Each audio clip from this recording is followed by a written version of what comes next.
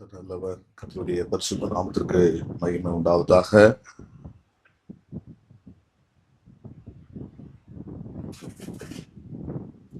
நாம் இந்த இஸ்ரவேல் ஜனங்களுடைய சிறையிருப்பிலே தேவன் செய்த நன்மைகள் என்ன என்று சொல்லி எரேமியா தீர்க்கதரிசன புஸ்தகத்திலே சில சத்தியங்களை கடந்த நாட்களில் நம்ம பார்த்தோம். அவர்களுடைய சிறையிருப்பு எப்படி இருந்தது, அந்த சிறையிருப்பிலே தேவன் அவர்களுக்கு செய்த நன்மை எப்படிப்பட்டது, அந்த சிறையிருப்பிலே என்னை நோக்கி கூப்பிடு, நான் உனக்கு உத்தரவு கொடுத்து நீ அறியாததும் எட்டாததுமான பெரிய காரியங்களை உனக்கு அறிவிப்பேன் என்று சொல்லி ஆண்டவர் அந்த இஸ்ரவேலர்களுக்கு செய்த பெரிய காரியம் என்ன என்பதை கடந்த வாரத்திலே நாம் தியானித்தோம். இன்றைக்கும் பிரியமானவர்களே, அதே எரேமியா தீர்க்கதரிசன புஸ்தகத்தினுடைய 33ஆம் அதிகாரத்துல மற்றொரு வசனத்தை நாம் தியானிக்க தொடங்கலாம். 6வது வசனத்துக்கு நேராக 33ஆம் அதிகாரத்தின் 6வது வசனத்துக்கு நேராக நம்முடைய கவனத்தை திருப்புவோம்.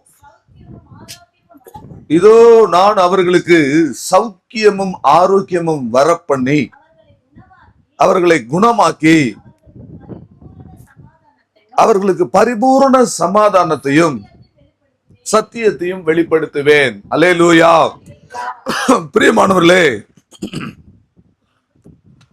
இந்த சிறையிருப்பில் இருக்கிற ஜனங்களுக்கு ஆண்டவர் செய்கிற நன்மை, கடந்த வாரத்திலே அவர்களுக்கு பெரிய காரியத்தை செய்வேன், அந்த சிறையிருப்பில் இருக்கிறவர்களுக்கு பெரிய காரியத்தை செய்வேன் என்று கர்த்தர் பேசின காரியங்களை நாம் பார்த்தோம்.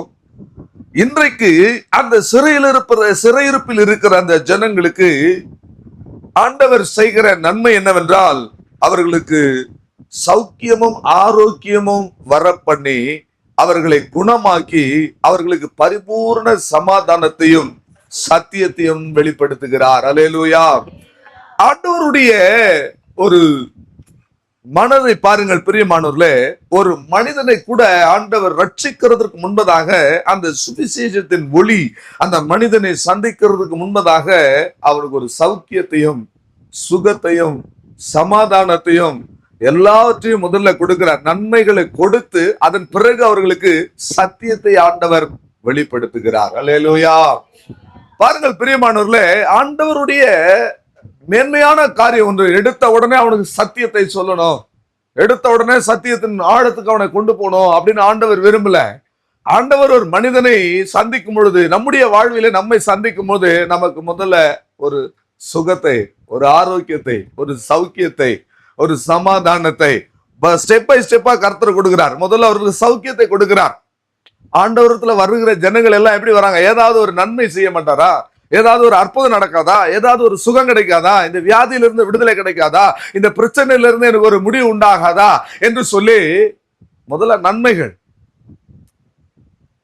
அதன் பிறகுதான் அவர் சத்தியத்தையும் நமக்கு அவர் வெளிப்படுத்துகிறார். அவர் எவ்வளவு நல்லவராய் இருக்கிறார் பாருங்கள். அல்லேலூயா.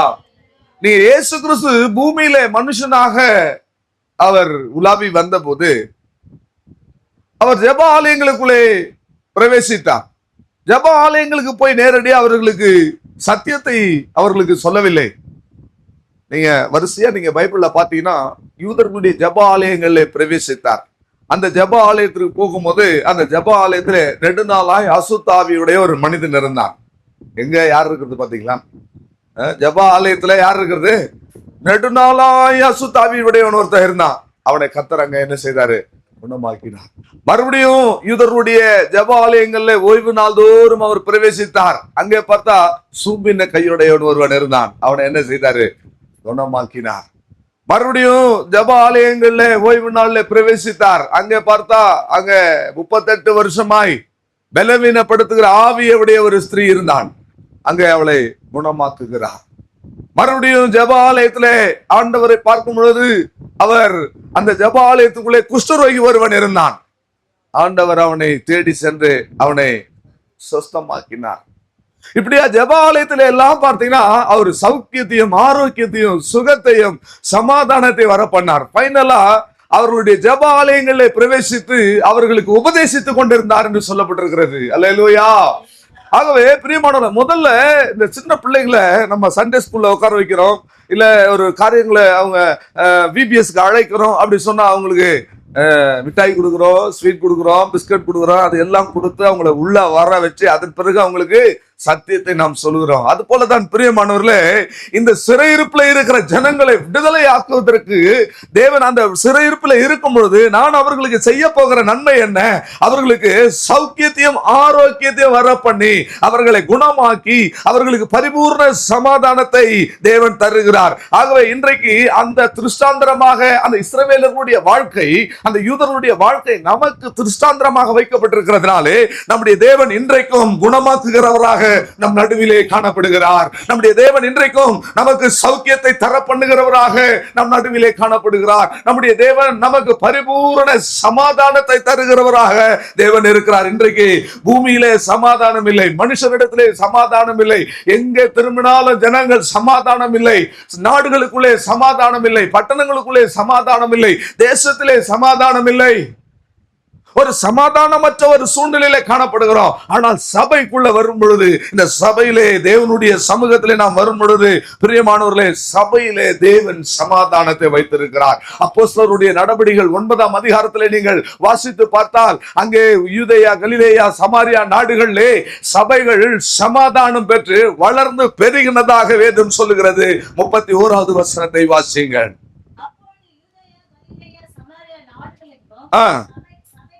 சபைகள் சமாதானம் பெற்று, ஏனென்றால் சபைக்குள்ளே சமாதானத்தை தருகிற தேவன் இருக்கிறார்.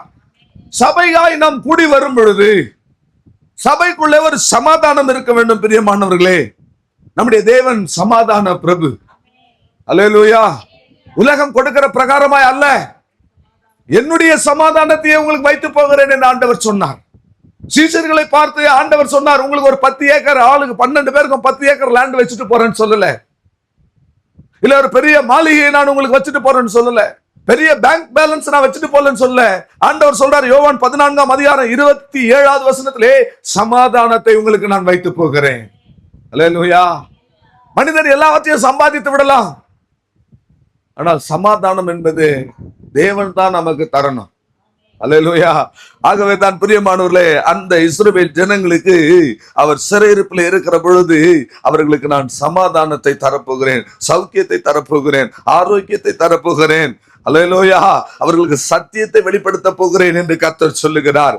ஆகவே பிரியமானவர்களே, சபைகள் சமாதானம் பெற்று பக்தி விருத்தி அடைந்து சபைகள் பெருக வேண்டும். ஒரு சபைன்னு வரும்போது சபைக்குள்ள முதலாவது நமக்கு என்ன இருக்கணும்?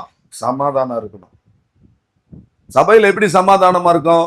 உங்களுக்குள்ள ஒரு சமாதானம் இருந்தா, ஒரு சமாதானத்தின் சிந்தை உங்க மனதுல, ஒரு இருதயத்துல ஒரு சமாதானம் இருக்கணும். அப்படி இருந்தாதான் சபைக்குள்ள வரும் பொழுது சபை ஐக்கியத்துல ஒரு சமாதானம் நமக்கு காணப்படும். பிரியமானவர்களே, இன்னைக்கு அநேக கணவன் மனைவிக்குள்ள சமாதானம் இல்லை, பெற்றோர் பிள்ளைகளுக்குள்ளே சமாதானம் இல்லை. நேற்றைய தினத்துல கூட பார்த்தோம், அந்த ஹைதராபாத்ல இது ஒரு ஐபோன் வாங்கி தரலன்னு சொல்லிட்டு ஒரு பையன் பெரிய பள்ளத்தாக்குல விழுந்து அவனை காப்பாற்ற போனாங்க. தகப்பனும் விழுந்து போனார். 2 பேரும் ஒரே நேரத்தில் விழுந்தார்கள். அதை பார்த்தவங்க, அந்த பையனுடைய அம்மா என்ன செய்தாங்க? அவங்களும் என்ன செஞ்சிட்டாங்க? விழுந்துட்டாங்க கூடவே. சோத்திரம். சமாதானம் இல்லை, குடும்பங்களுக்குள்ள சமாதானம் இல்லை, பிள்ளைகளுக்குள்ள சமாதானம் இல்லை. ஆகவே இந்த மொபைல் போன் கல்ச்சர் மனுஷனுடைய வாழ்க்கையில சமாதானத்தை எடுத்து போடுகிறதா இருக்கிறது. பூமியில சமாதானம் இல்லை மனிதர்களுக்குள்ள. ஆனால் வேதம் சொல்லுகிறது சபைக்குள்ள சமாதானம், சபைகள் சமாதானம் பெற்று பெருகினது. உலகத்துல வேற எங்கேயும் சமாதானம் இல்லை பிரதர், சிஸ்டர். உலகத்துல எங்கேயும் சமாதானம் இல்லை, நாடுகளுக்குள்ள தேசங்களுக்குள்ள சமாதானம் இல்லை. என்னுடைய நண்பர் கத்தார்ல இருக்கிறார், இன்னும் என்னுடைய நண்பர்கள் துபாயில இருக்கிறாங்க. அவங்க பேசும்போது சொல்றாங்க, முந்தின நாள் என்னுடைய நண்பர் பேசினார், நைட்டு நல்லா தூங்கிட்டு இருந்தேன், தலைக்கு மேல ராக்கெட் போற சவுண்டு கெடுது, வெளியே பார்த்தா அந்த மிசைல்ஸ் ஒன்றோடு ஒன்று மோதுகிறது, இங்க தீபாவளி ராக்கெட் மாதிரி நாங்க பார்த்துட்டு இருக்கிறோம் அப்படின்ட்டு. எப்போ எங்க பில்டிங் மேல விழுன்னு தெரியல. ஜோசப் பிரதர் சொன்னாரு, ஜன்னல் எல்லாம் கொட்டுது பிரதர், மேல 2 மிசைல்ஸ் மோதும் போது நாங்க இருக்கிற பில்டிங்ல இருக்கிற ஜன்னல், எங்க வீட்டு ஜன்னல்லாம் உடஞ்சி கொட்டுது அப்படின்னு சொல்றாரு. ஒரு நிமிஷமும் உயிரை கையில பிடிச்சிட்டு இருக்கிறாங்க ஜனங்க. நாடுகளுக்குள்ள சமாதானம் இல்லை, தேசங்களுக்குள்ள சமாதானம் இல்லை, பூமியில எங்கேயுமே சமாதானம் இல்லை. ஆனால் பிரியமானவர்களே, ஏசாயா 48ஆம் அதிகாரம் 18வது வசனம் சொல்லுகிறது, என் கற்பனைகளை கை கொண்டால் நலமாயிருக்கும், அப்பொழுது உன் சமாதானம் நதியை போல புறப்பட்டு வரும். அல்லேலூயா.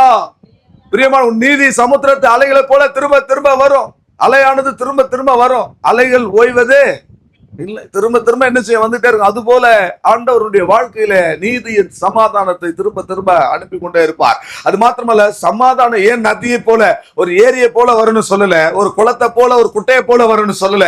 சமாதானம் நதியை போல இருக்கும்னு ஏன் சொல்றேன்னா, இந்த ஏரியில குட்டையில இங்க தேங்கி நிக்கிற நீர்நிலைகளில எல்லாம் வண்டல்கள் இருக்கும், அழுக்குகள் இருக்கும், பாசிகள் இருக்கும், எல்லாம் இருக்கும். ஆனா அடித்து கொண்டு போகிற ஆற்று தண்ணி சுத்தமா இருக்கும். ஆகவே ஆண்டவர் உங்களுக்கு சமாதானத்தை ஒரு நதியை போல கட்டளையிடுவார். எப்பொழுது? அவருடைய கற்பனைகளை நீங்கள் கை கொள்ளும் பொழுது. ஏசாயா 26ஆம் அதிகாரம் 3வது வசனத்தை நீங்கள் பார்ப்பீர்கள் என்றால், உம்மை உறுதியாய் பற்றி கொண்ட மனதை உடையவன் உம்மையே நம்பி இருக்கிறபடினாலே அவனை பூரண சமாதானத்தோடு நீர் காத்துக் கொள்ளுவீர். ஆண்டவரை யார் உறுதியாய் நம்பி இருக்கிறார்களோ, உறுதியாய் பற்றி கொண்டிருக்கிறார்களோ, அவருடைய வாழ்க்கையில பூரணமான சமாதானம். அல்லேலூயா. எங்க பிரதர், ஒண்ணு போனா ஒண்ணு பிரச்சனை வந்துட்டே இருக்கு. ஒரு பிரச்சனைக்கு மேல இன்னொரு பிரச்சனை வருது. கொஞ்சம் ஏறினா ஜானி ஏறினா முழம் சரிக்கிறதுன்னா சொல்றீங்க. ஆனா பிரியமானவர்களே, இந்த நதியை போன்ற சமாதானம் உங்களுக்குள்ள இருக்குமானால், பிலிப்பியர் 4ஆம் அதிகாரத்தினுடைய 7வது வசனத்திலே அப்போஸ்தலனாகிய பவுல் பிலிப்பியருக்கு எழுதுகிறார், எல்லா புத்திக்கும் மேலான தேவ சமாதானம் உங்கள் இருதயங்களை ஆள கடவது. அல்லேலூயா. பிலிப்பியர் 4ஆம் அதிகாரம் 7வது வசனத்தை நீங்கள் வாசிங்கள் பிரியமானவர்களே. உலகத்துல எப்படிப்பட்ட சமாதான குறைவுகள், சமாதான குலைச்சல்கள் காணப்பட்டாலும், ஒரு தேவனுடைய பிள்ளைக்கு தோத்திரம், எல்லா புத்திக்கும் மேலான தேவ சமாதானம், உங்க அறிவுக்கு எட்டாத தேவ சமாதானம், உங்கள் கற்பனைகள் எட்டாத தேவ சமாதானம், நீங்கள் அவருடைய கற்பனைகளை கை கொண்டு நடக்கும் பொழுது தேவ சமாதானம் உங்கள் இருதயங்களை ஆள கடவுது. அநேக கவலைகள் மனிதனுக்கு இருக்கிறது. கவலைகள் வரும்போது மனிதன் சமாதானத்தை இழந்து விடுகிறார். 6வது வசனத்தை நீங்கள் வாசித்து பார்த்தால், நீங்கள் ஒன்றுக்கும் கவலைப்படாமல் எல்லாவற்றை குறித்து உங்கள் விண்ணப்பங்களை ஸ்தோத்திரத்தோடு கூடிய ஜெபத்தினாலும் வேண்டுதலினாலும் தேவனுக்கு தெரியப்படுத்துங்கள். அப்படி செய்யும் பொழுது எல்லா புத்திக்கும் மேலான தேவ சமாதானம் உங்கள் இருதயங்களை ஆள கடவுது. இந்த சமாதானத்தை குறித்து நிறைய பேசலாம் பிரியமானவர்களே. உங்களுக்கு தேவ சமாதானம் உங்கள் இருதயத்தை ஆள வேண்டுமா? அறிவு கெட்டாத ஒரு தேவ சமாதானம் உங்கள் இருதயத்தை ஆள வேண்டுமா? அப்பொழுது நீங்கள் ஒன்றைக்கும் கவலைப்படக்கூடாது, எதற்கும் கவலைப்படக்கூடாது. மரணமே ஆனாலும் நம்முடைய கண்களுக்கு முன்பதாக நாம் கவலைப்பட்டு அதையே நினைச்சு நினைச்சு நம்ம என்ன செய்யக்கூடாது. தேவனுடைய பிள்ளை எல்லா புத்திக்கு மேலான தேவ சமாதானத்தினாலே நிறைந்து இருக்க வேண்டும். ஆமென். அல்லேலூயா, அல்லேலூயா.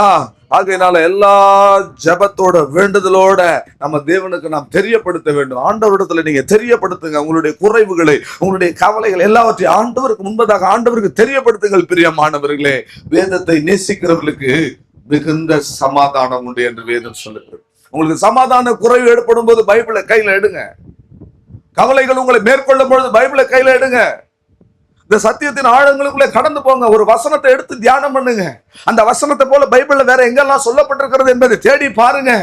உங்களுக்கு ஒரு தேவ சமாதானம் உங்கள் இருதயத்தை ஆளும். பிரியமானவர்களே, வேதத்தை நேசிக்கிறவர்களுக்கு மிகுந்த சமாதானம். சிலுவையிலே சிந்தின ரத்தத்தினாலே நமக்கு சமாதானத்தை அவர் உண்டு பண்ணி இருக்கிறார். அவருடைய உபதேசத்தை அறியும் பொழுது நமக்கு சமாதானம் வருகிறது.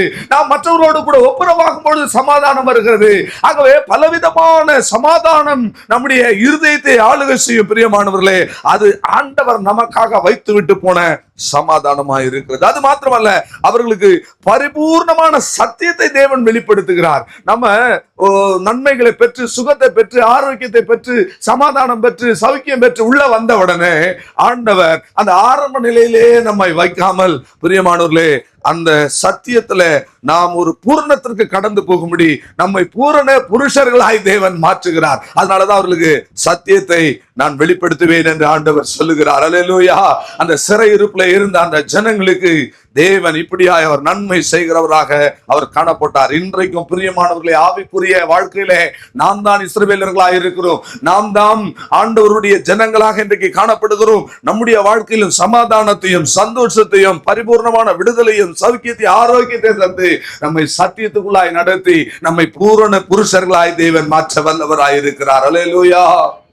அருமையானவர்களே, இந்த செய்தியில இந்த சிறையிருப்பிலிருந்து அவர்களை நான் திருப்புவேன் என்று ஆண்டவர் சொல்லுகிறார். அந்த சிறையிருப்பை திருப்பும் பொழுது அந்த ஜனங்களுக்கு என்ன சம்பவிக்கும், என்ன நடந்தது என்பதை இந்த 33ஆம் அதிகாரத்தினுடைய 7வது வசனத்தை பார்க்கும் பொழுது, அந்த சிறையிருப்பிலே அந்த ஜனங்களுக்கு அவர் செய்கிற நன்மையினுடைய அடுத்த கட்டம், நான் யூதாவின் சிறையிருப்பையும் இஸ்ரவேலின் சிறையிருப்பையும் திருப்பி முன் இருந்தது போல அவர்களை கட்டுவிப்பேன். ஒரு கரங்களை வைத்து ஒரு அல்லேலூயா சொல்லுங்களேன்.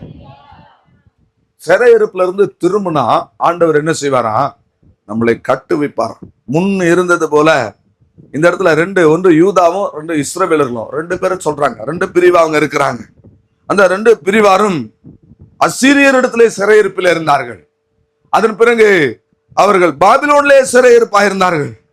இந்த 2 கொம்புகள் என்று, இந்த 2 சிறையிருப்பையும் 2 கொம்புகள் 2 கோள்கள் என்று வேதம் சொல்லுகிறது. இவர்கள் ஒரே கோலாக ஒரே கொம்பாக அவர்கள் மாறுவார்கள் என்று வேதம் சொல்கிறது. அப்படியாக யூதா என்றும் இஸ்ரவேல் என்றும் பிரிந்து கிடந்த அந்த இஸ்ரவேலர்கள் இன்றைய நாட்களில் அவர்கள் சிறையிருப்பிலிருந்து திரும்பி ஒரே தேசமாக இஸ்ரவேல் தேசமாக அவர்கள் மாறி உருவாகி அவர்கள் நின்று கொண்டிருக்கிறார்கள். ஆமென் சொல்லுங்களேன். இது அவர்களுக்கு எழுத்தின்படியாக நிறைவேறின காரியம். ஆனால் சபையாராகிய இஸ்ரவேலர்களுக்கு, இந்த புதிய ஏற்பாட்டு சபையாராய் இருக்கிற நமக்கு அது எப்படி நிறைவேற போகிறது? நம்முடைய சிறையிருப்பை திருப்பும் பொழுது நமக்கு என்ன சம்பவிக்க போகிறது என்கிறதை ஆவிக்குரிய கண்ணோட்டத்தோடு நாம் பார்க்க வேண்டும். நம்ம அறியாமல் நாம் எத்தனையோ சிறையிருப்புகளை காணப்படுகிறோம். எத்தனையோ அடிமைத்தனத்துல நாம் என்ன செய்யறோம்? காணப்படுறோம். சிறையிருப்புனா என்ன? நேற்று சொல்றாங்க, பாவம் செய்கிறவன் பாவத்துக்கு அடிமையா இருக்கிறான். அடிமையானவன் பரலோக ராஜ்யத்திலே பிரவேசிப்பதில்லை. எந்த காரியமும் நம்ம என்ன செய்யப்படுத்தக்கூடாது? அடிமைப்படுத்தக்கூடாது. வேதம் சொல்லுது, எல்லாவற்றையும் அனுபவிக்க எனக்கு அதிகாரம் உண்டு, ஆனால் ஒன்றுக்கு நான் என்ன செய்ய மாட்டேன்? அடிமைப்பட மாட்டேன். அல்லேலூயா. அல்லேலூயா சொல்ல மாட்டீங்களா? ஆனா ஏதோ ஒரு சிறையிருப்புல, ஏதோ ஒரு அடிமைத்தனத்துல தேவ ஜனங்கள் என்ன செய்யறாங்க? இருந்துட்டு தான் இருக்கிறாங்க. நமக்கு தெரியாமலேயே நமக்கு ஒரு சிறையிருப்பு இருக்குது இல்லையா? ஒரு சிலர்லாம் ஸ்மோக் பண்றாங்க. வெளியே மனுஷர் அவங்க ஸ்மோக் பண்றாங்க. அவங்கள போய் கேட்டா, எப்படியோ இது எனக்குள்ள வந்துருச்சு, ஆனா இதை நான் கண்ட்ரோல் பண்ண முடியல. அந்த டைம் காலையில சாப்பிட்டு முடிச்ச உடனே என்ன செய்யணும்? ஸ்மோக் பண்ணணும்னு தோணுது. அது போல பல அடிமைத்தனம் இருக்கிறது. எந்த ஒரு காரியத்தை என்னால மேற்கொள்ள முடியல, அது என்னை மேற்கொண்டு விடுகிறது சொன்னா நாம என்ன செய்யறோம்? அடிமைத்தனத்துல இருக்கு. சின்ன சின்ன விஷயத்துல கூட சிலர் பாருங்க, காலையில எழுந்து டீ குடிக்கலன்னா அவங்களுக்கு சாயங்காலம் தலைவலி வந்துடும். சொல்றாங்க, ஒரே தலைவலியா இருக்குது, காலையில எழுந்ததுல நான் டீ குடிக்கல. அப்ப டீ அவர்களை என்ன செஞ்சிருக்கு? அடிமைப்படுத்தி வச்சிருக்கு. இந்த சின்ன விஷயமே இப்படி அடிமைப்படுத்துதுன்னா பெரிய பெரிய விஷயங்கள் ஒரு மனிதனை எப்படியாக அதை அடிமைப்படுத்தி வைத்திருக்கும் பிரியமானவர்களே. அல்லேலூயா. அவர்கள் சிறையிருப்பிலிருந்து அவர்களை திருப்பும் பொழுது முன் இருந்தது போல அவர்களை நான் என்ன செய்வேன்? கட்டுவிப்பேன். கவனமாய் கேளுங்க. பைபிள் படிக்காதவனுக்கு இந்த உபதேசம் புரியாது. நான் சொல்லிடுறேன் இப்பவே. பைபிள் தெரியாதவனுக்கு இந்த உபதேசம் புரியாது. நீங்க அப்படியே என்ன மோடி வித்த காட்டுறவனை பார்க்கறது போலதான் நீங்க பாப்பீங்க. பைபிள் படிச்சாதான் நான் சொல்ற விஷயம் உங்களுக்கு இனிக்கும். அல்லேலூயா. ஆண்டவர் சிறையிருப்பை திருப்பும் பொழுது அவர்கள் என்ன செய்யறாரா? அவர்களை சொல்லுங்க, வாயை தந்து பேசுங்க. அவர்களை கட்டுவேன் என்று ஆண்டவர் சொல்லுகிறார். அவங்க சிறையிருப்புல இருந்த போது பாழாய் போனார்கள் பிரியமானவர்களே. அந்த சிறையிருப்பு மகா கொடுமையானது. அதைத்தான் அன்றைக்கு விடுதலை ஜெபத்துல பிரசங்கம் பண்ணும் போது சொல்லியிருந்தேன். அந்த சிறையிருப்பினுடைய வேதனை எப்படிப்பட்டதா இருந்தது என்று சொல்லி. பயங்கர மோசமான ஒரு சூழ்நிலை. யூதர்களுடைய சிறையிருப்பை நீங்க பார்த்தீங்கன்னா, சமீபத்துல அவர்கள் ஹிட்லருடைய காலத்திலே அவர்கள் சிறைகளாய் போனார்கள். ஹிட்லர் யூதர்களை எப்படி அவர் சிறைப்படுத்தினான், அந்த சிறையிருப்பு எப்படின்னு சொல்லி நீங்க அதை நீங்க அறிந்து அந்த வரலாற்றை ஆராய்ந்து பார்த்தீங்கன்னா ரத்தம் உறைந்து போகிற அளவுக்கு மகா பயங்கரமா இருக்கும். லட்சக்கணக்கான யூதரை பிடிச்சு ஒரு அறையில அடைச்சு என்ன செஞ்சான் தெரியுங்களா? யாராவது சொல்லுங்க. எல்லா யூத ஆண்கள், பெண்கள், குழந்தைகள் எல்லாவற்றையும் என்ன செய்தான்? நிர்வாணமாக்கி ஒரு அறையில அடைச்சு லட்சக்கணக்கான பேரை அடைச்சு கேஸ் திறந்து விட்டான் உள்ள. சரிங்களா? மகா பயங்கரம், மகா பயங்கரம் அந்த சிறையிருப்பு. ஆகவே எந்த ஒரு சிறையிருப்புக்குள்ள போனாலும் அந்த சிறையிருப்பு பயங்கரமா இருக்கும். வெளியே நாம் நடமாடுவது போல சுதந்திரமா இருக்கிறது போல நாம் இருக்கலாம். ஆனால் ஏதாவது ஒன்று நம்மை சிறைப்படுத்தி வைத்தால், நாம சிறைக்குள்ளாக அடிமைகளாக போனால் மகா பயங்கரமான காரியங்கள் சம்பவிக்கும் பிரியமானவர்களே. அல்லேலூயா. இந்த சிறையிருப்பிலிருந்து எப்படி திரும்ப முடியும்? சிறையிருப்பிலிருந்து திரும்பும் போது நான் அவர்களை கட்டுவேன் என்று கர்த்தர் சொல்லுகிறார். எப்படி அந்த சிறையிருப்பிலிருந்து ஒரு மனிதன் எப்படி அந்த அடிமைத்தனத்திலிருந்து அவன் வெளியே வர முடியும் என்று சொன்னால், எரேமியா 29ஆம் அதிகாரத்துக்கு நேராக நாம் கடந்து வருவோம். 29ஆம் அதிகாரத்தினுடைய 12, 13, 14 வசனங்களை பார்க்கும்போது, அப்பொழுது நீங்கள் கூடி வந்து என்னை தொழுது கொண்டு என்னை நோக்கி விண்ணப்பம் பண்ணுவீர்கள், நான் உங்களுக்கு செவி கொடுப்பேன். முழு இருதயத்தோடும் என்னை தேடுகிறானால் என்னை தேடுகையில் கண்டுபிடிப்பீர்கள், நான் உங்களுக்கு காணப்படுவேன் என்று கர்த்தர் சொல்லுகிறார். நான் உங்கள் சிறையிருப்பை திருப்பி, அல்லேலூயா, உங்களை துரத்திவிட்ட எல்லா ஜாதிகளிலும் எல்லா இடங்களிலும் இருந்து உங்களை சேர்த்து நான் உங்களை விலக்கி இருந்த ஸ்தலத்திற்கு உங்களை திரும்ப வர பண்ணுவேன் என்று கர்த்தர் சொல்லுகிறார். ஒரு அல்லேலூயா சொல்லுங்களேன். ஹல்லேலூயா. எப்படி அந்த சிறையிருப்பிலிருந்து திரும்புவது என்று பார்க்கும்போது 4 காரியங்கள் இந்த வசனத்திலே சொல்லப்படுகிறது. 4 விஷயங்கள் இந்த வசனத்திலே சொல்லப்படுகிறது. சிறையிருப்பிலிருந்து நீங்கள் திரும்ப வேண்டுமானால், ஏதோ ஒரு சிறையிருப்பு உங்க குடும்பத்தில் இருக்கிறது, உங்க வாழ்க்கையில் இருக்கிறது. வியாதி கூட ஒரு சிறையிருப்பு தான். வியாதியில இருப்பது கூட ஒரு சிறை வச்சிருக்கிறான். பிசாசு என்ன செஞ்சிருக்கிறான்? சிறைப்படுத்தி வச்சிருக்கிறான். கடன் ஒரு சிறையிருப்பு. பல முறை சொல்லி இருக்கிறேன். பல சிறையிருப்புகள் இருக்கிறது. சிறையிருப்பிலிருந்து திரும்ப வேண்டுமானால் இந்த இஸ்ரவேல் ஜனங்களுக்கு ஆண்டவர் சொல்ற 4 காரியங்கள். நீங்கள் கூடி வந்து, முதல்ல என்ன செய்யணும்? சிறையிருப்புல இருந்து திரும்பணும்னா என்னமா செய்யணும்? கூடி வரணும். கூடி வந்து என்னை, 2வது என்னை தொழுது கொண்டு. சிறையிருப்பிலிருந்து திரும்ப வேண்டுமானால் நீங்கள் ஒருமனப்பட்டு கூடி வர வேண்டும். கூடி வருதல்னா என்ன? ஒருமனம். ஒருமனம் ரொம்ப அவசியம். குடும்பத்துல, சபையில ஒரு மனதின் ஒன்னஸ், ஒரு மனதின் ஆவி நமக்குள்ள தேவை. அப்படி சிறையிருப்புல இருந்து விடுதலை ஆகணும்னா நமக்குள்ள நம்முடைய சபை ஒரு சிறையில இருக்கு, ஒரு வளர்ச்சி இல்ல, ஒரு எழுச்சி இல்ல, ஒரு நம்ம எதிர்பார்க்கிற அளவுக்கு ஆத்தும அறுவடை இல்ல. அப்படி சொன்னா நாம முதல்ல ஒரு மனமாக என்ன செய்யணும்? கூடி வரணும். ஒரு ஆமென் சொல்லுங்களேன். இருமனம் உள்ளவன் தன் வழிகளில் எங்கோ நிலைவரப்படுறது இல்லை. நீங்கள் எந்த மட்டும் 2 நினைவுகளாலே குந்தி குந்தி நடப்பீர்கள். கர்த்தர் தெய்வமானால் கர்த்தரை ஆராதனை செய்யுங்கள், சேவியுங்கள், வணங்குங்கள். பாகால் தெய்வமானால் பாகாலை போய் சேவியுங்கள். இங்கேயும் ஒரு காலை வச்சுக்கிட்டு அங்கேயும் ஒரு காலை வச்சுக்கிட்டு நான் சபைக்கு போறேன், ஊழியத்துக்கு போறேன்னு சொல்றது உலகத்தோடு இருக்கிறது. இது மாதிரி இருந்தா ஒரு மனம் இல்லை. ஒரு மனம் எங்க இருக்கிறதோ அங்க விடுதலை உண்டு. ஒரு மனம் இருக்கிற குடும்பத்துல ஒரு விடுதலை இருக்கும். ஒரு மனம் இருக்கிற சபையில ஒரு விடுதலை இருக்கும். ஒரு மனம் இருக்கிற சமுதாயத்துல ஒரு எழுப்புதல், ஆசீர்வாதம் உண்டாகும். ஆகவே நாம் ஒருமனப்பட்டு கூடி வர வேண்டும். பிரியமானவர்களே, எலியா தகர்ந்து போன பலிபீடத்தை அவர் கட்டி செப்பனிடுவதற்கு முன்னதாக அவர் என்ன செய்தாரு? இஸ்ரவேல் ஜனங்களை கூடி வர செய்து. ஆமென் சொல்லுங்களா. ஒரு ஜப கூடுகைன்னா எல்லாரும் என்ன செய்யணும்? கூடி வரணும். நான் அநேகரை பாக்குறேன், இவங்க வீட்டுல வச்சா வருவேன், அவங்க வீட்டுல வச்சா வரமாட்டேன். இவர் பிரசங்கம் பண்ணா வருவேன், அவர் பண்ணா வரமாட்டேன். இதெல்லாம் இல்லை. உங்களுக்கு விடுதலை வேணுமா? என்ன செய்யணும்? ஒன்றாக கூடுங்க. ஒன்றாய் கூடி வந்து அந்த ஒருமனம் நமக்கு வரணும். 2வது, என்னை தொழுது கொள்வீர்கள். சிலர் கூடி வந்த உடனே அவங்களுடைய விண்ணப்பத்தை வச்சிருவாங்க. மளிகை கடை லிஸ்ட் மாதிரி போட்டிருப்பாங்க. இதை கொடுங்க ஆண்டவரே, அதை கொடுங்க ஆண்டவரே, சமாதானம் ஒரு 1/4 கிலோ கொடுங்க, சந்தோஷம் ஒரு 1/4 கிலோ கொடுங்க, அரிசி சக்கரை, அந்த மாதிரி பெருசா ஒரு லிஸ்ட்டை ஒன்று போட்டு இதை கொடுங்க ஆண்டவரே, அதை கொடுங்க ஆண்டவரே, இதை செய்யுங்க ஆண்டவரே, அதை செய்யுங்க ஆண்டவரே. இதைத்தான் கூடி வந்து கேட்டுட்டு இருக்கிறாங்க. கூடி வந்து ஆண்டவரை என்ன செய்யுங்க? தொழுது கொள்ளுங்க. அல்லேலூயா. எப்படி தொழுது கொள்ளணும்? ஆவியோடு தொழுது கொள்ளணும். உண்மையோடு என்ன செய்யணும்? தொழுது கொள்ளணும். ஆபிரகாம் பலிபீடத்தை கட்டி அவன் எந்த ரெக்வெஸ்டும் வைக்கல. இதை கொடுங்க, அதை கொடுங்க, இதை செய்யுங்க, அதை செய்யுங்க. பலிபீடம் கட்டி கர்த்தரை என்ன செய்தாரு? தொழுது கொண்டார். இன்னைக்கும் பாருங்க, புறஜாதியாரை பாருங்க, அவங்க ஒரு நாளைக்கு 5 வேளை என்ன செய்யறாங்க? தொழுகிறாங்க. அவன் ரேடியோவை ஆன் பண்ணான்னா தூக்கத்தை விட தொழுகையே மேலானதுன்னு சொன்னானா வீட்டில் இருக்கிறவங்க எல்லாம் ஒண்ணுமே இல்லை. பாசி தெருவில் இருந்தேன், அந்த மைக்கு ஆன் பண்ணுவாங்க பாருங்க, டக்குன்னு ஒரு சத்தம் கேட்கும். அந்த சத்தம் கேட்டு எந்திரிச்சுவேன். எந்திரிச்சு வெளியே வந்து பார்த்தா பாசி தெருவில் எல்லா பேங்கிலும் போயிட்டு இருப்பாங்க தொழுது கொள்றதுக்கு. நம்ம ஆளுங்க சபைக்கு எத்தனை மணிக்கு வராங்க? நான் வெளியே உட்காந்து பாக்குறேன், சபைக்கு வரதை பாக்குறேன். வாழ்வு பிள்ளைகள் எத்தனை மணிக்கு வர்றாங்க பார்த்துட்டு இருக்கிறேன். இது தொழுது கொள்ற அனுபவம் கிடையாது. அல்லேலூயா. இதுல வெட்கக்கேடு. நமக்கு ஆண்டவரை தொழுது கொள்றதுல வெட்கக்கேடு. புறஜாதியார் பாருங்க, அவங்க எப்படி தொழுது கொள்றாங்க பாருங்க. நாம என்ன சொல்றோம்? ஜீவனுள்ள தேவன் சொல்றோம். நாம செத்தவங்களா தான் இருக்கிறோம். கர்த்தருக்கு ஸ்தோத்திரம். அங்க தொழுது கொள்ளும்படியாய் கூடி வந்தார்கள். அதன் பிறகுதான் மூன்றாவது தான், முதல்ல நீங்க ஒரு மனமாய் கூடி வர வேண்டும். இரண்டாவது நீங்கள் தொழுது கொள்ள வேண்டும். தொழுது கொள்ளுதல்னா என்ன அர்த்தம்? பலி செலுத்தணும். தொழுகை அப்படி சொன்னா என்ன? பலி செலுத்தணும். இப்ப தொழுகை பண்றாங்களே, எல்லாரும் போயிட்டு நான் தொழுதுட்டு வரேன்னா போயிட்டு உட்காந்து குனிஞ்சு எழுந்து நிமிர்ந்து எக்ஸசைஸ் பண்ணிட்டு வர்றது இல்ல தொழுகை. அன்றைக்கு ஆபிரகாம் பலி செலுத்தினான். பலி செலுத்தி கர்த்தரை தொழுது கொண்டான்னா அங்க போய் குனிஞ்சு தலையை முட்டி எழுந்து கைய காலை கழுவி அப்படியே வந்தான். தோத்தணும்.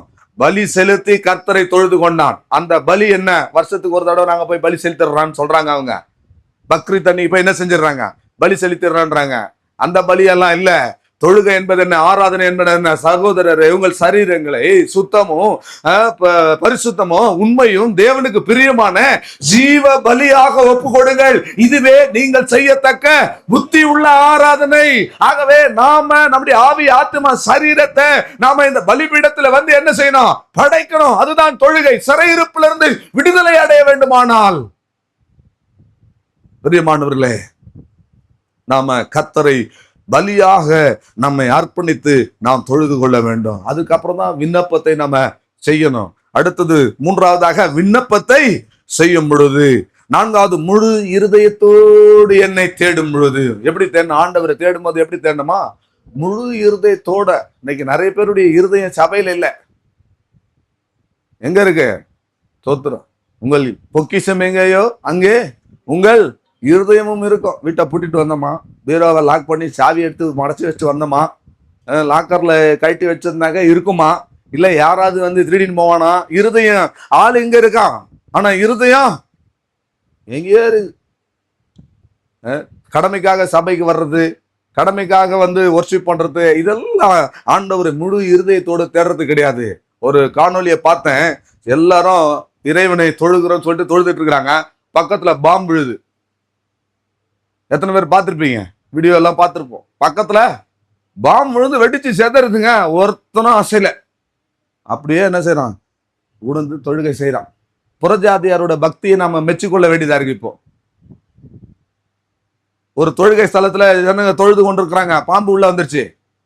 பாம்பை கண்டா படைய நடங்கெல்லாம் தெரிச்சு ஓடுவானுங்கன்னு பார்த்தா அது பாம்பு வருது, நேரா போகுது. பெரிய கொடிய விஷ பாம்பு ஒண்ணு உள்ள போயிட்டு இருக்கு.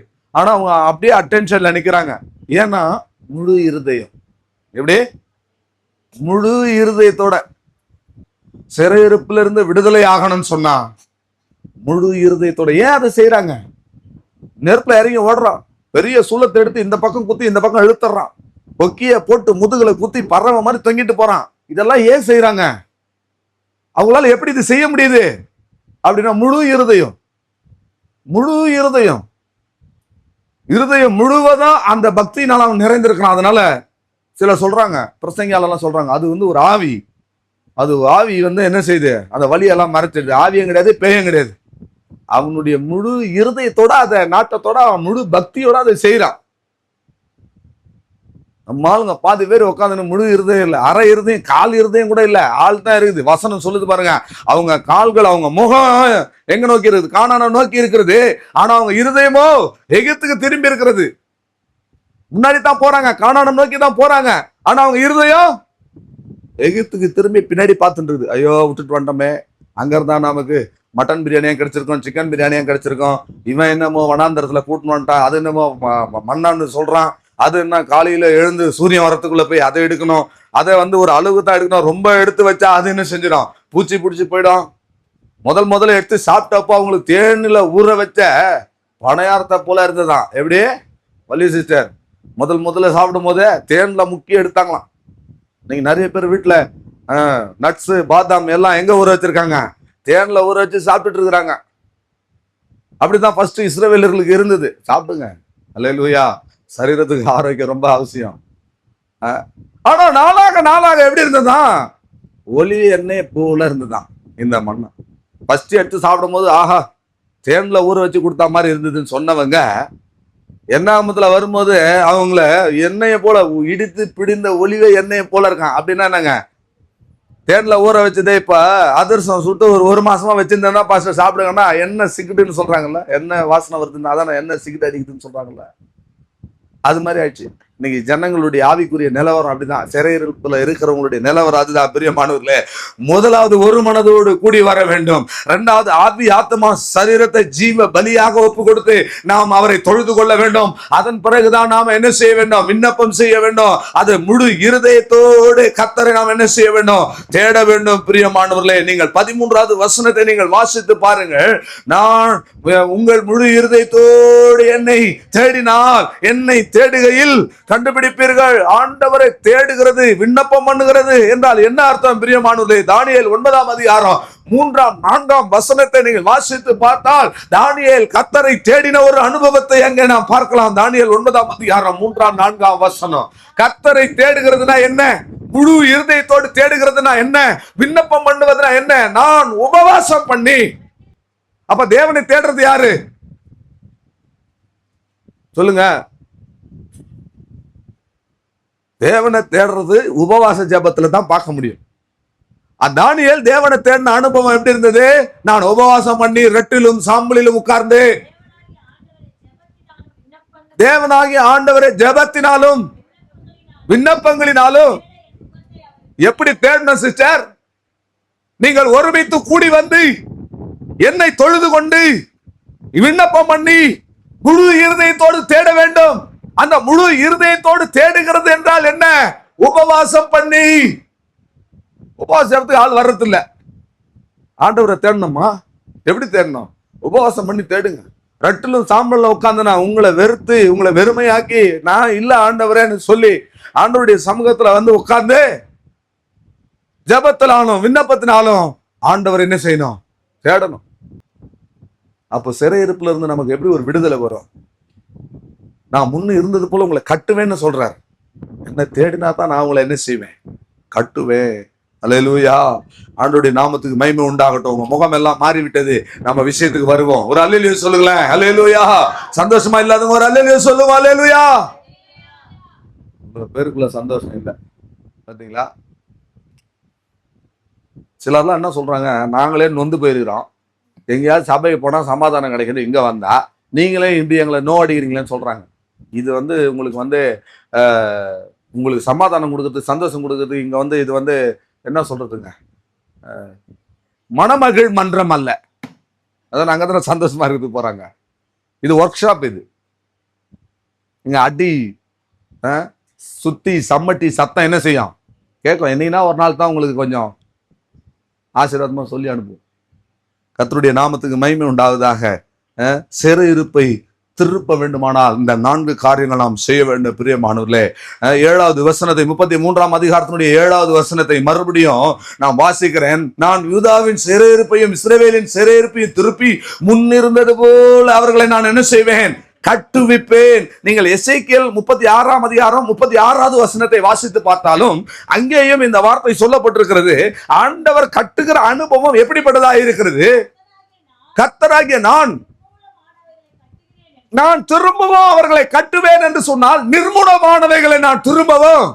உங்க வாழ்க்கையில நீங்கள் நிர்மூலமாக்கப்பட்டிருந்தால் இன்றைக்கு கர்த்தருடைய வார்த்தை நான் சொல்லுகிறேன், நீங்கள் ஆண்டவரை முழு இருதயத்தோடு தேடி அந்த சிறையிருப்புல இருந்து திரும்பணும்னு நீங்க நினைச்சீங்கன்னா ஆண்டவர் உங்கள் வாழ்க்கையில எதையெல்லாம் நிர்மூலமாகி இருக்கிறதோ அந்த நிர்மூலமானவைகளை தேவன் திரும்பவும் கட்டுவார். அல்லேலூயா. ஒன்று நிர்மூலமானவைகளை கட்டி பாழானதை பயிர் நிலமாக்குகிறவர். வாசிங்க. கர்த்தருக்கு ஸ்தோத்திரம். இதை செய்வேன். ஆண்டவர் உங்களை திரும்பவும் கட்டுனா நிர்மூலமானதை எல்லாம் கட்டுவாங்க. உங்க குடும்பத்துல எந்தெந்த காரியங்கள் நிர்மூலமாயிடுச்சோ இன்னைக்கு விசுவாசிங்க. இந்த ஆராதனை வேளையில கர்த்தருடைய வார்த்தை உங்களுக்கு நேராய் புறப்பட்டு வருகிறது. இந்த செய்தியை பார்த்து கொண்டிருக்கிறவர்கள், ஒருவேளை நீங்கள் யூடியூப்ல இருந்து இந்த செய்தியை நீங்கள் கவனித்துக் கொண்டிருப்பீங்களானால் உங்களுக்கு நான் சொல்லுகிறேன், இந்த சத்தத்தை கேட்கிற, ஒருவேளை இந்த வீடு சபைக்கு பக்கத்தில் இருக்கிற வீடுகள்ல இருக்கிறவர்கள் ஒருவேளை நீங்கள் இந்த சத்தத்தை கேட்பீர்களானால் என் ஆண்டவர் உங்களுக்கு சொல்லுகிறார், உங்களை திரும்பவும் கட்டுவேன். நிர்மூலமானதை திரும்பவும் கர்த்தர் கட்ட போகிறார். பாழானவைகளை எல்லாம் கர்த்தர் பயிர் நிலமாக்க போகிறார். அல்லேலூயா. இந்த கட்டப்படுதல் என்கிற இந்த வார்த்தையிலே 3 அனுபவம் இருக்கிறதுங்க. 3 வகையில தேவன் ஒரு மனிதனை கட்டுகிறார். ஒன்று எரேமியா 31ஆம் அதிகாரம் 4வது வசனம். இஸ்ரவேல் என்னும் கன்னிகையே. போதுங்க, ஆண்டவர் எப்படி கட்டுறாரு? ஒரு கன்னிகையை கட்டுவது போல. எப்படின்னா ஆண்டவர் சபையாரை எப்படி பார்க்கிறார்னா ஒரு கன்னிகையை பார்க்கிறது போல. ஆமென் சொல்ல மாட்டீங்களா? அல்லேலூயா. ஏனென்றால் இவர்களுடைய நிலவரம் பயங்கர மோசமாயிருச்சு. இந்த சிறையிருப்புல இவங்க பாழாய் போனது, நிர்மூலமாகி போனது மகா பயங்கரமா இருந்தது. அதனால ஆண்டவர் சொல்றாரு, திரும்பவும் நான் உன்னை கட்டுவேன். எப்படி கட்டுவேன்னா ஒரு கன்னிகையை போல நான் உன்னை என்ன செய்வேன்? கட்டி எழுப்புவேன். கர்த்தருக்கு ஸ்தோத்திரம். இந்த கன்னிகையை கட்டி எழுப்புவது என்றால் புதிய ஏற்பாட்டிற்கு வரும் பொழுது 2 கொரிந்தியர் 11 அதிகாரம் 2வது வசனத்தை நீங்கள் வாசித்து பார்த்தால் 2 கொரிந்தியர் 11 அதிகாரத்தினுடைய 2வது வசனம் சொல்லுகிறது, உங்களை கற்புள்ள கன்னிகையாக கிறிஸ்து என்னும் ஒரே புருஷனுக்கு. அல்லேலூயா. வாசிங்க, அந்த வசனத்தை வாசிங்க. நான் உங்களை கற்புள்ள கன்னிகையாக கிறிஸ்து என்னும் ஒரே புருஷனுக்கு ஒப்பு கொடுக்க நியமித்தபடியால் உங்களுக்காக தேவ வைராக்கியமான வைராக்கியம் கொண்டிருக்கிறேன். ஆண்டவர் உங்களை கன்னிகையாக கட்டுவிப்பேன், பாழானவைகளை திரும்ப கட்டுவிப்பேன், அவர்கள் முன் நிர்மூலமானதை திரும்ப கட்டுவிப்பேன், அவர்கள் முன் இருந்தது போல அவர்களை நான் கட்டுவிப்பேன் என்று சொன்னால் கன்னிகையாக கட்டுவிக்கிறார். அவர் கன்னிகையாக கட்டி எழுப்புகிறார். அப்படியானால் நாம் கிறிஸ்துவுக்காக நியமிக்கப்பட்ட கற்புள்ள கன்னிகை என்று வேதம் சொல்லுகிறது. கரங்களை தட்டி ஆண்டவருக்கு மகிமை செலுத்தி இருக்கணும் எல்லாரும். நீங்களும் நானும் கரை திரை முதலானவைகள் ஒன்றும் இல்லாமல் கிறிஸ்து என்கிற ஒரே புருஷனுக்காக நியமிக்கப்பட்ட கற்புள்ள ஒரு கன்னிகையாக தேவன் நம்மை கட்டுகிறார். இரண்டாவதாக கட்டப்படுதல். எரேமியா 30 அதிகாரத்தினுடைய 18வது வசனத்தை பார்க்கும் பொழுது எரேமியா 30 அதிகாரத்தினுடைய 18வது வசனத்திலே திரும்பவும் கட்டப்படுகிற ஒரு அனுபவம். கர்த்தர் சொல்லுகிறது என்னவென்றால்,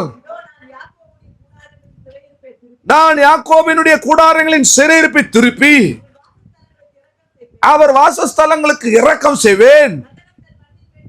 நகரம் தன் மண்மேட்டின் மேலே கட்டப்படும், அரண்மனை முன்போல நிலைப்படும். இப்பொழுது தேவன் எப்படி கட்டுகிறாரா பிரியமானவர்களே? ஒரு மண்மேடு நகரம் கட்டப்படுவது போல கர்த்தருக்கு ஸ்தோத்திரம், நம்மை தேவன் கட்டுகிறாரா. ஒரு அரண்மனை போல தேவன் கட்டுகிறாரா, ஒரு மாளிகை போல தேவன் நம்மை கட்டுகிறாரா. நகரமாக நம்மை கட்டப்படுவதற்கு புதிய ஏற்பாடு சொல்லுகிற வியாக்கியானம் என்ன? எபேசியர் 2 அதிகாரத்தினுடைய 19வது வசனத்திலே நாம் எல்லாரும் அவருக்குள் ஒரே நகரமாகவும் மாளிகையாகவும் நாம் கட்டப்பட்டு வருகிறோம். வாசிங்க. ஆகையால் இனி நீங்கள் அந்நியரும் பரதேசிகளுமாயிராமல் பரிசுத்தவான்களுடைய, அல்லேலூயா சொல்லுங்களேன், அங்க சிறைப்பட்டு போன ஜனங்களை முன்போல இருக்க செய்வேன்னா கன்னிகையாக அவர்களை நான் திரும்ப கட்டுவேன்னு சொல்றாரு. நகரமாக மண்மேடுகளின் மேல நகரம் கட்டுப்படுவது போல கட்டுவேன் என்று சொல்லுகிறாரு. அதுக்கு புதிய ஏற்பாட்டிலே இப்படியான ஒரு வியாக்கியானத்தை நாம் பார்க்கிறோம். நாம் எல்லாரும் அவருக்குள்ளே ஒரே நகரமாக நாம் என்ன செய்யப்படுகிறோம்? கட்டப்படுகிறோம். அல்லேலூயா. வாசிங்க. ஒரே நகரத்தாராக, ஒரே வீடாக தேவனுடைய வீட்டாரமாக இருக்கிறோம். கரங்களை உயர்த்தி ஒரு அல்லேலூயா சொல்லுங்களேன்.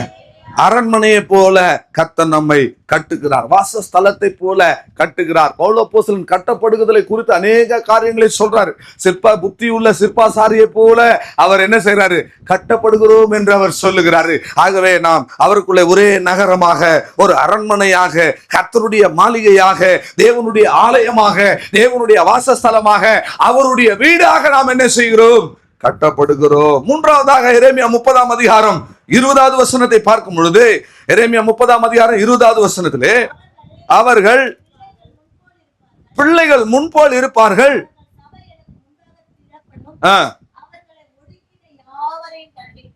கர்த்தருக்கு ஸ்தோத்திரம். பிரியமானவர்களே, இப்போ மூன்றாவதாக அந்த கட்டப்படுகிற அனுபவம், அவர்கள் பிள்ளைகள் என்ன செய்வாங்களா? முன்போல இருப்பார்கள். அவர்கள் பிள்ளைகள் முன்போல இருப்பார்கள். அவர் சபை எனக்கு முன்பதாக திடப்படும். அல்லேலூயா, அல்லேலூயா. அருமையானவர்களே, அவர்கள் பிள்ளைகள் முன்போல் இருப்பார்கள்னு அந்த பிள்ளைகளுடைய வாழ்க்கையை தேவன் கட்டுறார். இன்னைக்கு உங்களுடைய பிள்ளைகளுடைய வாழ்க்கை எப்படிப்பட்டதா இருக்கிறது? பிள்ளைகளுடைய வாழ்க்கை கட்டப்படுதுன்னா இந்த பிள்ளைகள் முன்பு எப்படி இருந்தாங்க? உங்க திரும்ப கட்டுறேன்னு சொன்னா இந்த பிள்ளைகளுடைய முன் நிலைமை எப்படிப்பட்டதா இருந்தது? எரேமியா 9 அதிகாரம் 21வது வசனத்துல இந்த பிள்ளைகளுடைய வாழ்க்கை எப்படிப்பட்டதுன்னு பாருங்க. 21 வீதியில இருக்கிற குழந்தைகளையும் தெருக்களிலே இருக்கிற இளைஞரையும் சங்காரம் பண்ண சாவு ஜன்னல் வழியா பலகனி வழியா எட்டி பார்த்துட்டு இருக்கு. ஆமென். முன்ன அந்த சிறையிருப்பில் இருக்கும்போது இந்த பிள்ளைகளுடைய வாழ்க்கை, அந்த குழந்தைகளுடைய வாழ்க்கை, அவர்களுடைய சாவு எங்க இருக்கான்? பலகனி வழியா பார்த்து கொண்டிருக்கிறதா இல்லையா? நிறைய பேர் சொல்ற மாதிரி சும்மாதான் இருந்தான், அவனை அந்த சாவு அவனை இழுத்துட்டு போச்சு அப்படின்னு சொல்றாங்க. அது போல இந்த சிறையிருப்புல இருந்த இவர்களுடைய பிள்ளைகளுடைய வாழ்க்கை இப்படியா இருந்தது. இன்னும் 6ஆம் அதிகாரம் 11வது வசனத்துல அவர்கள் என்ன செய்தாங்களாம்? பிள்ளைகள் எல்லாம், இளைஞர்கள், வாலிபர்கள் எல்லாம் விறகு சுமக்க போனாங்களாம், எந்திரம் அரைக்கவும் போனாங்களாம். வாசிங்க.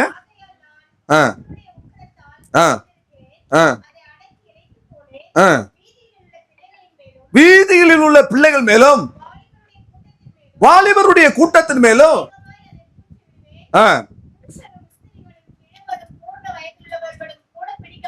கர்த்தருக்கு சோதனை. இப்படிதான் அவங்களுடைய வாழ்க்கை இருந்தது. அந்த வாலிபர் பிள்ளைகளுடைய வாழ்க்கை எப்படி இருந்தது? ஆண் பிள்ளைகள், பெண் பிள்ளைகளுடைய வாழ்க்கை எப்படிதான் இருந்தது? புலம்பல் 5ஆம் அதிகாரம் 13வது வசனத்தை வாசிங்க. புலம்பல் 5:13.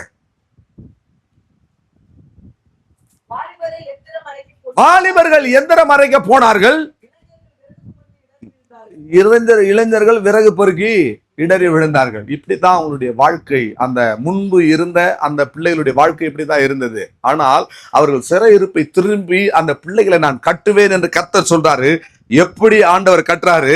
சகரியா 8ஆம் அதிகாரம் 4ஆம் 5ஆம் வசனத்தை வாசியுங்கள். சகரியா 8ஆம் அதிகாரம் 4ஆம் 5ஆம் வசனம்.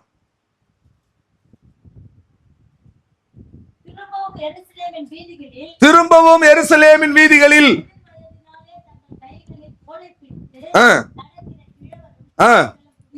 முன்னாடி எப்படி இருந்தாங்க? கிழவரும் பெண்களும் ஸ்திரீகளும் பிள்ளைகளும் வாரி கொண்டு போனார்கள், பிடிக்கப்பட்டு போனார்கள். அவர்களுடைய சாவு அவர்களுடைய பலகனி வழியா எட்டி பார்த்தது. அவங்க வீதிகளிலே அவர்களுடைய மரணம், அவர்களுடைய ஆக்கினி அழிவு அங்க காணப்பட்டது. அவர்களை தேவன் திரும்பவும் நான் கட்டுவேன் சொல்றாரு. எப்படி கட்டுறாரா? இப்ப கிழவர்ல இருந்து மறுபடியும் ஸ்டார்ட் ஆகுது. அல்லேலூயா. வாசிங்க.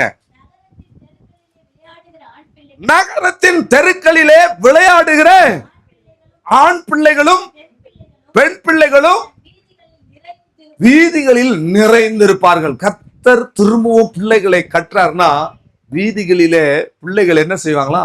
விளையாடுவார்கள். இதனுடைய அர்த்தம் என்ன? ஆண் பிள்ளைகள் பெண் பிள்ளைகள் வீதிகளிலே விளையாடுவார்கள்னா ஆண்டவருடைய சபையில இப்படியாய் பிள்ளைகள் அவர்கள் விளையாடுவார்கள் என்றால் மகிழ்ந்திருப்பார்கள். அல்லேலூயா. அவர்கள் சந்தோஷித்திருப்பார்கள், அவர்கள் ஆனந்த களிப்பினாலே அவர்கள் நிறைந்திருப்பார்கள். அதுதான் சபையிலே, ஒரு கிறிஸ்துவ குடும்பத்திலே, இந்த சத்தியத்திலே, இந்த மார்க்கத்திலே அவர்கள் நிறைந்திருக்கிறார்கள். அப்படின்னா களி கூறுகிறவர்களாய் காணப்படுவார்கள். 128ஆம் சங்கீதத்திலே அதான் உன் பிள்ளைகள் உன் பந்தியை சுற்றிலும் ஒலிவ மர கன்றுகளை போல இருப்பார்கள். ஏன் ஒலிவ மரம் பிரியமானவர்களே? ஏன் ஒலிவ மர கன்றுகள்? வேதம் சொல்லுகிறது, எங்கள் தேவனுடைய ஆலயத்திலே அவர்கள் பச்சையான ஒலிவ மரத்தை போல இருப்பார்கள் என்று 52ஆம் சங்கீதம் 8வது வசனத்திலே நாம் பார்க்கிறோம். ஆகவே நம்முடைய பிள்ளைகள் எல்லாம் கர்த்தருடைய ஆலயத்திலே நாட்டப்பட்டவர்கள் ஒலிவ மரங்களாக அவர்கள் மாறுகிறார்கள். அல்லேலூயா. பச்சையான ஒலிவ மரங்களாய் அவர்கள் மாறுகிறார்கள். உன் பிள்ளைகள் உன் பந்தியை சுற்றிலும் ஒலிவ மரங்களாய். ஒலிவ மரத்துக்கு நான் பலமுறை சொல்லியிருக்கிறேன், ஒலிவ மரத்துக்கு சீசன் என்பது கிடையாது. ஒரு ரட்சிக்கப்பட்ட தேவனுடைய பிள்ளை, ஒரு சிறையிருப்புல இருந்து திரும்பின தேவனுடைய பிள்ளையினுடைய வாழ்க்கையிலே பிரியமான ஒரு சீசன் என்று கிடையாது. என்னாலும் பூப்பான், என்னாலும் காய்ப்பான், என்னாலும் வருத்தமின்றி தப்பாமல் தன்னுடைய பலனை கொடுக்கிறவனாயிருப்பான். எத்தனை பேர் அதை விசுவாசிக்கிறீங்க? அல்லேலூயா. கர்த்தருக்கு ஸ்தோத்திரம். பிரியமானவர்களே, உன் பிள்ளைகளின் சமாதானம் பெரிதாக இருக்கும். ஏசாயா சொல்லுகிறார், நானும் கர்த்தர் எனக்கு கொடுத்த பிள்ளைகளை எருசலேமிலே சீயோனிலே அற்புதங்களாகவும் அடையாளங்களாகவும் இருக்கிறோம். உன் பிள்ளைகள் உன் பந்தி சுற்றிலும் ஒலிவ மர கன்றுகளை போல இருப்பார்கள். உன் பிள்ளைகள் அற்புதங்களாகவும் அடையாளங்களாகவும் இருப்பார்கள். அல்லேலூயா. இப்ப இருக்கிற பிள்ளைகளும் உங்களுக்கு அற்புதமாக அடையாளங்களாக மாறுவார்கள். உன் பந்தியை சுற்றிலும் சீசன் இல்லாத ஒலிவ மரத்தை போல் அவர்கள் இருப்பார்கள். ஒலிவ மரத்துக்கு வியாதி இல்லை, ஒலிவ மரத்துக்கு நோய் நொடி வராது. அப்படியா உன் பிள்ளைகள் உன் கண் முன்பதாக ஆசீர்வதிக்கப்பட்டு இருப்பார்கள். உன் பிள்ளைகளை திரும்ப கட்டுவேன் என்று கர்த்தர் சொல்லுகிறார். அல்லேலூயா. இன்னும் ஒரு காரியம் கூட இந்த ஒலிவ மரத்தை குறித்து நான் சொல்ல முடியும். பூமியானது 2ஆம் முறை ஜல பிரளயத்தினால மூடினது. முதல் முறையும் மூடி இருக்கு நான் சொன்னேன் ஏற்கனவே.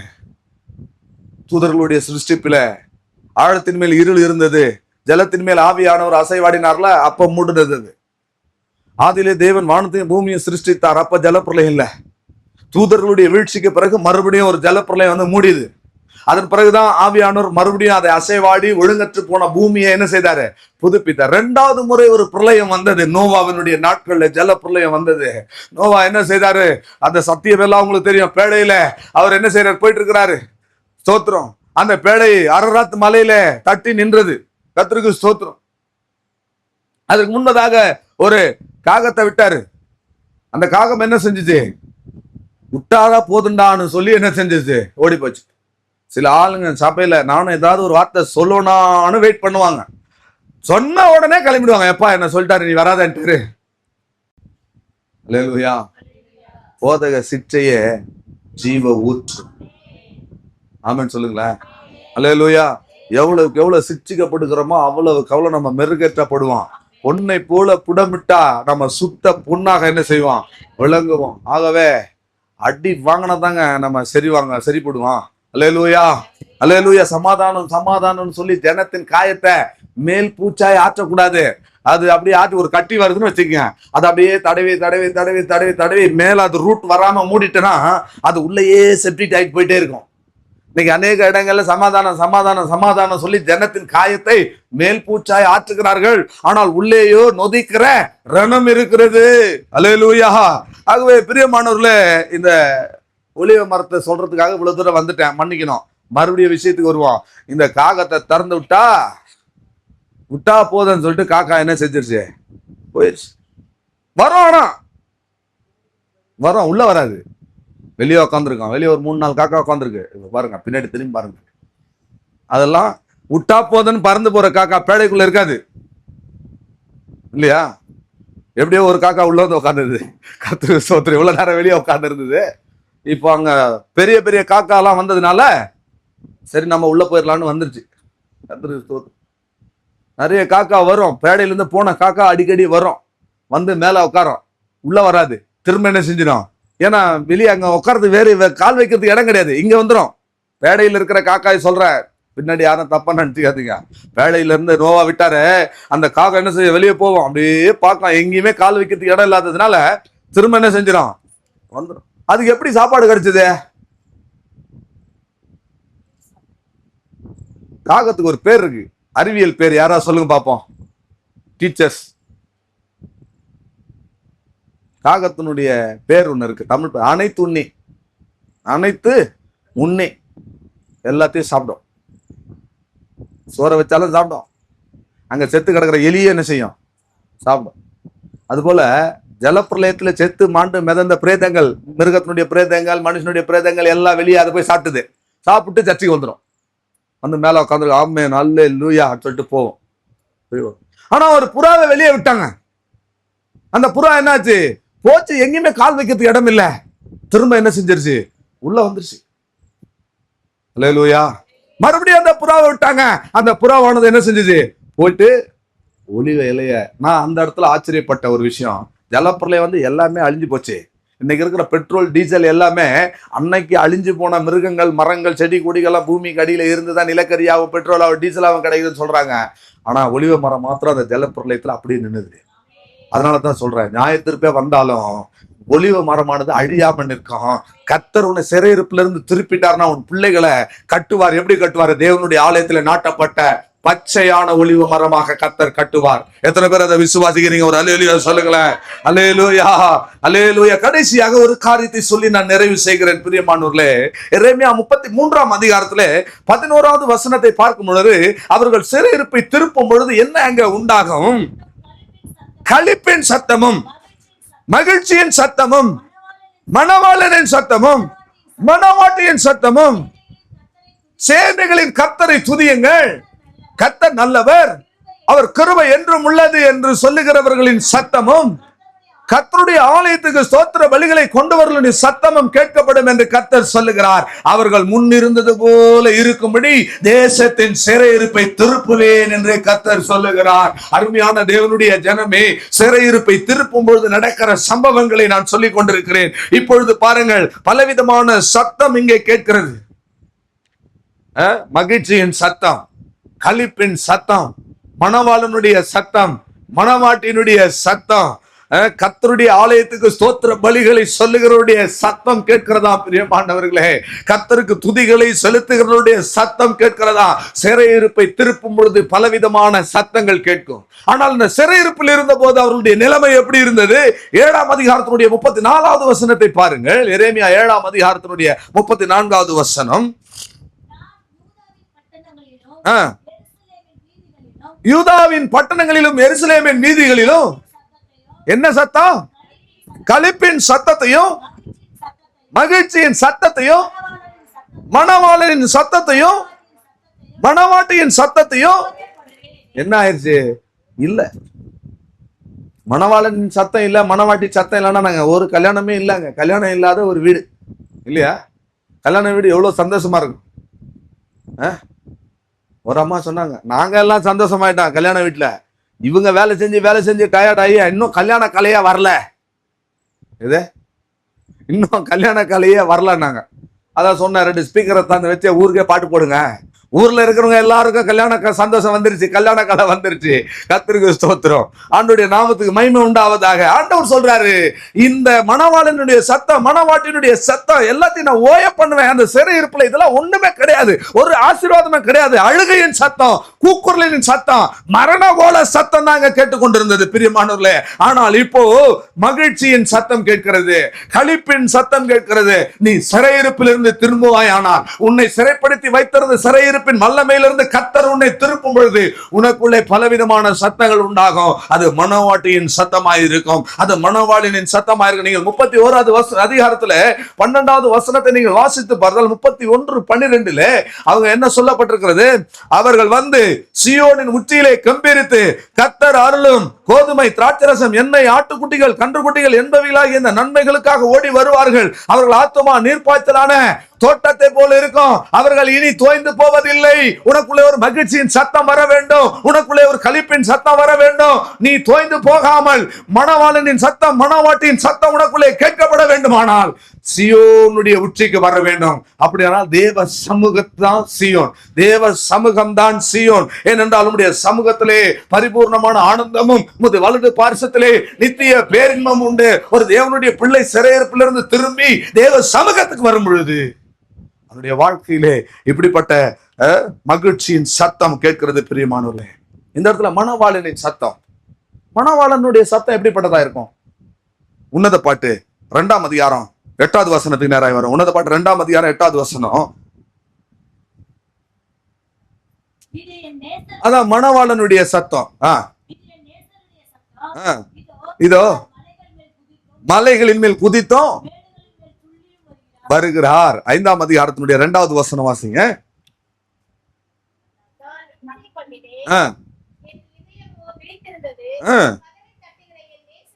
நேசனுடைய சத்தம், அதான் மணவாளனின் சத்தம். நீங்க சிறையிருப்பிலிருந்து வெளியே வந்துட்டீங்கன்னா மணவாளன் ஆகிய இயேசு கிறிஸ்துவினுடைய சத்தம் எப்படி இருக்கும்? என் பிரியமே, என் புறாவே, என் உத்தமியே, கதவை திற, என் தலை பணியினாலும் என் தலை மயிர் இரவில் பெய்யும் தூறலினாலும். ஆண்டவர் மணவாளனுடைய சத்தம், நேசருடைய சத்தம். மலைகளின் மேல் ஏறி குன்றுகளின் மேல் குதித்து அவர் வருகிறார். வந்து அவர் மணவாட்டியை பார்த்து சிறையிருப்பிலிருந்து திருப்பும் பொழுது அந்த மணவாளனின் சத்தம் என் சகோதரியே அப்படின்ற ஒரு சத்தம்.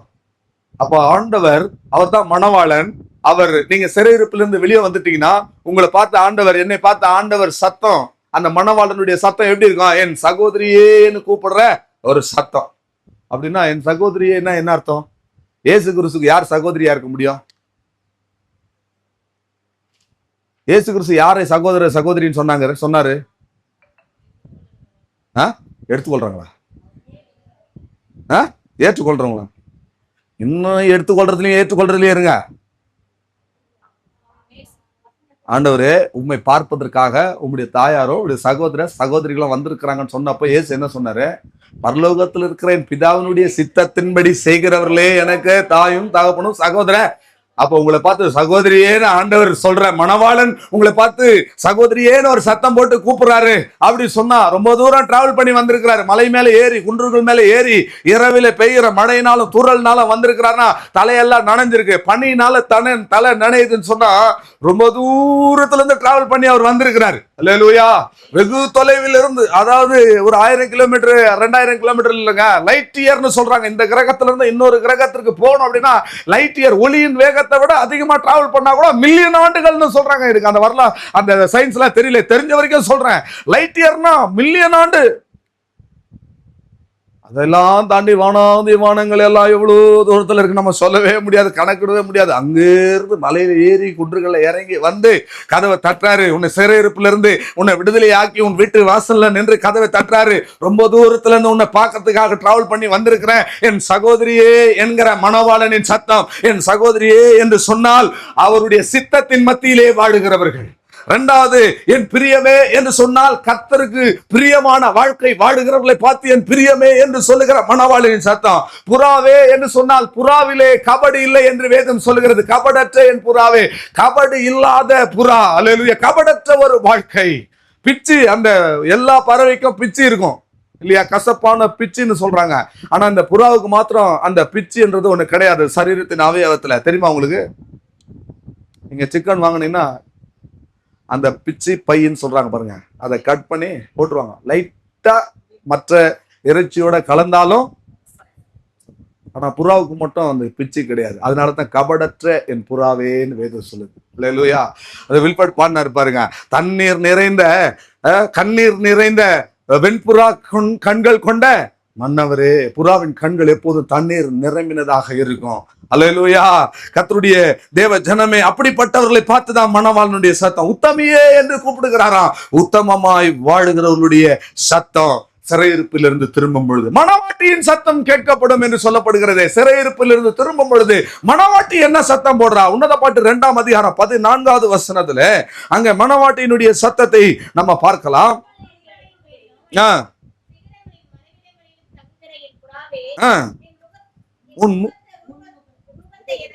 உன் முக ரூபத்தை எனக்கு காண்பே, உன் சத்தத்தை நான் கேட்கட்டும். உன் சத்தம் இன்பமோ, உன் முக ரூபம். இங்க புறா மணவாட்டின் சத்தம். இது புறாவினுடைய சத்தத்தை எத்தனை பேர் கேட்டிருக்கிறீங்க? அது எப்படி இருக்கும்? காட்டு புறா ஒரு மாதிரி சத்தம் கொடுக்கும். இந்த புறா, பைபிள்ல சொல்லப்பட்ட இந்த புறா, எந்த புறாவா இருந்தாலும் புறாவினுடைய சத்தம் இன்பமான சத்தமா இருக்காது. அதை கேட்டீங்கன்னா அது மாதிரி முணுமுணுக்கிற மாதிரி, முறையிடுற மாதிரி, அழுகிற மாதிரி, ஒப்பாரி வைக்கிற மாதிரி தான் அதனுடைய சத்தம் இருக்கும். இந்த சத்தத்தை மணவாட்டியின் சத்தமாக கேட்கப்படுகிறதுன்னு சொல்லி வேதத்துல நான் பார்க்கிறோம். மணவாட்டியின் சத்தம் அப்படின்னா அதுதான் ஜப சத்தம், அதுதான் துதி சத்தம். அந்த முக ரூபம் என்பது புறாவினுடைய கண்கள்ல கண்ணீர் வழிந்து கொண்டே இருக்கும். அப்படியா ஒரு தேவனுடைய பிள்ளை சிறையிருப்பிலிருந்து திரும்பும் பொழுது கண்ணீரின் ஜபம். அல்லேலூயா. கண்ணீர் இந்த உன்னுடைய சத்தம் சொல்லும் பொழுது அந்த புறா எப்படி புலம்பல் சத்தத்தை கொண்டிருக்கிறதோ அதுபோல நம்முடைய வாழ்க்கையிலே நாம தேவனுடைய சமூகத்திலே அழுது புலம்பி ஜப ஜீவியத்திலே இருக்கிறவர்களாக நாம் காணப்பட வேண்டும். பிரியமானவர்களே, அதுதான் அந்த மணவாளனுடைய சத்தம், மணவாட்டினுடைய சத்தம். அது மாத்திரம் அல்ல, சிறையிருப்பிலிருந்து திரும்பும் பொழுது ஸ்தோத்திர பலியிடுகிறவர்களுடைய சத்தம். கர்த்தருடைய ஆலயத்துக்கு ஸ்தோத்திர பலிகளை கொண்டு வருவர்களுடைய சத்தம் கேட்கப்படும் என்று சொல்லுகிறாராம். சபைக்குள்ள வரும் பொழுது சிறையிருப்பிலிருந்து விடுதலையாக்கப்பட்டவங்க என்ன செய்வாங்க தெரியுமா? ஸ்தோத்திர பலிகளை செலுத்துவாங்க. ஆமென் சொல்ல மாட்டீங்களா? ஆனா நாங்க என்ன சொல்லிட்டு இருக்கோம்? தோத்திரம் பண்ணுவோம், தோத்திரம் பண்ணுவோம், தோத்திரம். எல்லாரும் தோத்திரம் பண்ணுங்க, சத்தத்தை வைத்து தோத்திரம் பண்ணன்றான். சிறையிருப்புல இருந்து விடுதலையானவனுடைய சத்தம் தேசத்துல கேட்கும், சபையில கேட்கும். எல்லாரும் எழுப்பி நின்று கர்த்தருடைய ஆலயத்துல ஸ்தோத்திரங்களை செலுத்துவோமா? ஸ்தோத்திர பலிகளை நாம் செலுத்துவோமா? அல்லேலூயா. கர்த்தருடைய வார்த்தை இந்த நாள்ல நமக்கு நேராய் கடந்து வந்தது. துதிகளின் சத்தத்தை நாம் கேட்ப பண்ணுவோமா? கர்த்தருக்கு ஸ்தோத்திரம். எழுப்பதில்